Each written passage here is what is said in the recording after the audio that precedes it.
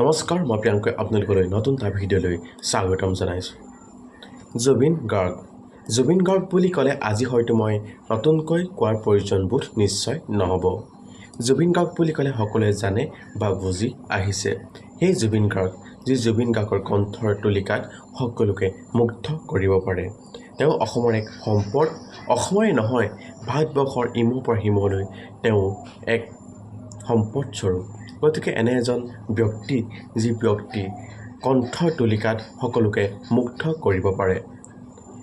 আজি মই তেওঁ বৰ্ণনা দিবলৈ এই ভিডিঅ'টো প্ৰস্তুত কৰা নাই। আজি যেতিয়া মই ছ'চিয়েল মিডিয়া ইউজ কৰি আছিলোঁ তেতিয়া মই এটা ভিডিঅ' পালোঁ। ভিডিঅ' পাই ভাবিলোঁ মনত এক প্ৰশ্ন উদয় হ'ল নিশ্চয়, আৰু এই প্ৰশ্নৰ সন্ধান বিচাৰি বা আপোনালোকৰ মাজত এই ভিডিঅ'টো মই প্ৰস্তুত কৰিলোঁ। নিশ্চয় ভিডিঅ'টো শেষলৈ চালে নিশ্চয় আপোনালোকে বুজি পাব আৰু আপোনালোকৰ মতামত মোৰ ভিডিঅ' কমেণ্ট যোগে আপোনালোকে অৱগত কৰিব। যিখিনি মই কথা ক'ম এইখিনি মোৰ নিজস্ব দৃষ্টিভংগী আপোনালোকৰ মাজত অৱগত কৰিবলৈ চেষ্টা কৰিছোঁ। জুবিন গাৰ্গ বুলি ক'লে আচলতে প্ৰত্যেকটো সংগীতানুষ্ঠান ভৰপূৰ জনসমাগম হয়তো আমি দেখা পাওঁ। আজি জুবিন বুলি ক'লে প্ৰত্যেকজন সিমূৰ পৰা সিমূৰলৈকে জুবিন গাৰ্গৰ যি সংগীতানুষ্ঠান চাবলৈ যায় আৰু তেওঁ গানবোৰ শুনিব বিচাৰে। আমি হয়তো দেখা পাই আহিছোঁ। আৰু আজি মই যিটো ভিডিঅ' দেখিলোঁ এই ভিডিঅ'টোত যেতিয়া জুবিন গাৰ্গ ডাঙৰীয়াই তেওঁ গীত পৰিৱেশন কৰি আছিল তেতিয়া কি হৈছে, কিছুমান ব্যক্তিয়ে কি কৰে জুবিন গাৰ্গক চৰণ স্পৰ্শ কৰিবলৈ যায়, চৰণত ধৰিবলৈ যায় আৰু কিছুমানে হয়তো তেওঁ সাৱৰি ধোৱাৰ অকণমান হ'লেও হেঁপাহ জাগ্ৰত হয়। কাৰণ সকলোৱে জানে যে জুবিন গাৰ্গ বহুতৰ বাবে প্ৰাণ আৰু বহুতে হয়তো বুজিও পায়। গতিকে সেই জুবিন গাৰ্গক কিছুমানৰ চোৱা হেঁপাহ জাগ্ৰত হয়, কিছুমানৰ ভৰি স্পৰ্শ কৰা হেঁপাহখন হয়তো জাগ্ৰত হয়। আৰু তেনেক্ষণত তেওঁ কি কয় ভৰি স্পৰ্শ কৰিবলৈ যায় আৰু তেওঁ সাৱটি ধোৱা হেঁপাহ জাগ্ৰত হোৱা আমি পৰিলক্ষিত হওঁ। তেতিয়া কি হয়, কিছুমান য'ত সুৰক্ষা বাহিনী থাকে, জুবিন গাৰ্গৰ ওচৰত যিসকল সুৰক্ষা বাহিনী থাকে, কমিটিৰ সদস্য থাকে আৰু তেখেতলোকে যিসকল ব্যক্তি তেওঁ চৰণ স্পৰ্শ কৰিবলৈ যায়, তেওঁ ধৰিবলৈ যায়, তেনে সুৰক্ষা বাহিনী হওক বা কমিটিৰ সদস্যসকলে যেনেধৰণে এই ব্যক্তিসকলক টানি নিয়ে, অৰ্থাৎ তেওঁলোক নতুন নৱপ্ৰজন্মই যেতিয়া ভৰি স্পৰ্শ কৰিবলৈ যায় তেওঁলোকক কেনেদৰে টানি নিয়ে, কেনেদৰে তেওঁলোকক মাৰ ধৰ কৰা আমি হয়তো পৰিলক্ষিত হৈছে।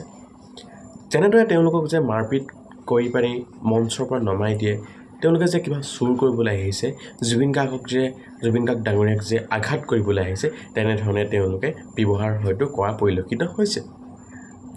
আজি যদি সেই সন্তানটো যি নৱপ্ৰজন্মৰ তেওঁক ভৰি স্পৰ্শ কৰিবলৈ যায়, তেওঁক সাৱটি ধৰাৰ যি হেঁপাহখন লৈ তেওঁ মঞ্চৰ ফালে যায়, সেই ল'ৰাটোক, সেই ব্যক্তিজন যদি আপোনাৰ সন্তান হ'লহেঁতেন, আপুনি তেনেধৰণে সেই ল'ৰাটোক মাৰ ধৰ কৰি হ'লেও টানি মেলি দলিয়াই দিয়াৰ দৰে যেনেধৰণৰ আচৰণ কৰিলেহেঁতেন নেকি?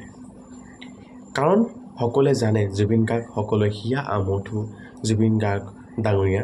গতিকে সেই জুবিন গাৰ্গক চোৱা হেঁপাহখন কিমান হয়তো আপুনি মই নতুনকৈ নক'লে হয়তো বুজি পাব।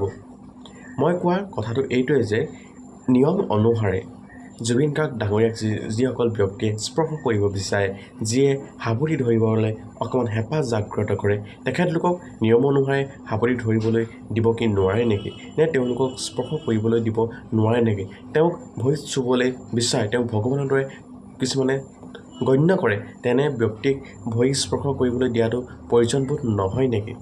নিয়ম অনুসাৰে যিসকল সুৰক্ষা বাহিনী থাকে তেওঁলোকেও দিব পাৰে। আৰু যিসকল বিহু কমিটি আছে, কিছুমান বিহু কমিটিয়ে তেনেধৰণৰ আচৰণ কৰে যে তেওঁলোক যে মাৰধৰ কৰিবলৈহে গৈছে জুবিন গাৰ্গ ডাঙৰীয়াক, যে কিছুমানে যে তেওঁক আঘাতহে দিবলৈ বিচাৰিছে, তেনেধৰণে তেওঁলোকে সেই ব্যক্তিজনক গণ্য কৰা আমি হয়তো পৰিলক্ষিত হৈছোঁ।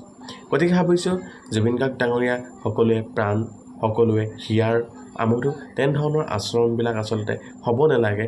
জুবিন গাৰ্গ ডাঙৰীয়া আমি এতিয়া সেইদিনা আমি দেখা পাইছিলোঁ এজনী ছোৱালীয়ে জুবিন গাৰ্গ ডাঙৰীয়াক সাৱটি ধৰিছে। তেনে ক্ষেত্ৰত কিন্তু ইমানো সুৰক্ষা বাহিনীসকল হওক বা যিসকল বিহু কমিটি আছিল তেওঁলোকে কিন্তু তেনেধৰণৰ আচৰণ কৰা আমি পৰিলক্ষিত হোৱা নাছিলোঁ।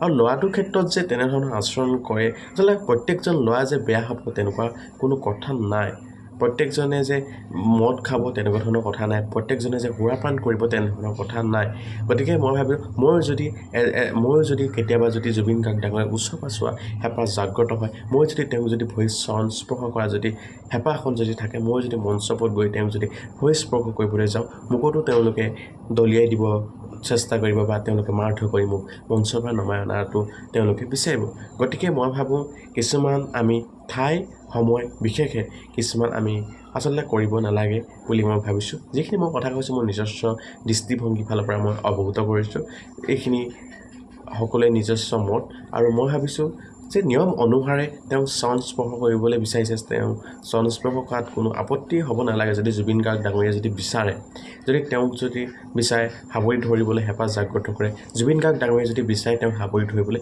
নিশ্চয় সাৱৰি ধৰাত কোনো বাধা আৰোপ কৰিব নালাগে এইটোৱে আছিল আপোনালোকৰ মাজত সৰু এটা ভিডিঅ' মই আপোনালোকৰ মাজত শ্বেয়াৰ কৰিলোঁ আপোনালোকে কেনেধৰণে মত প্ৰকাশ কৰে নিশ্চয় আপোনালোকে অৱগত কৰিব আজিৰ ভিডিঅ'টো ইমানেই ধন্যবাদ জয় আই অসম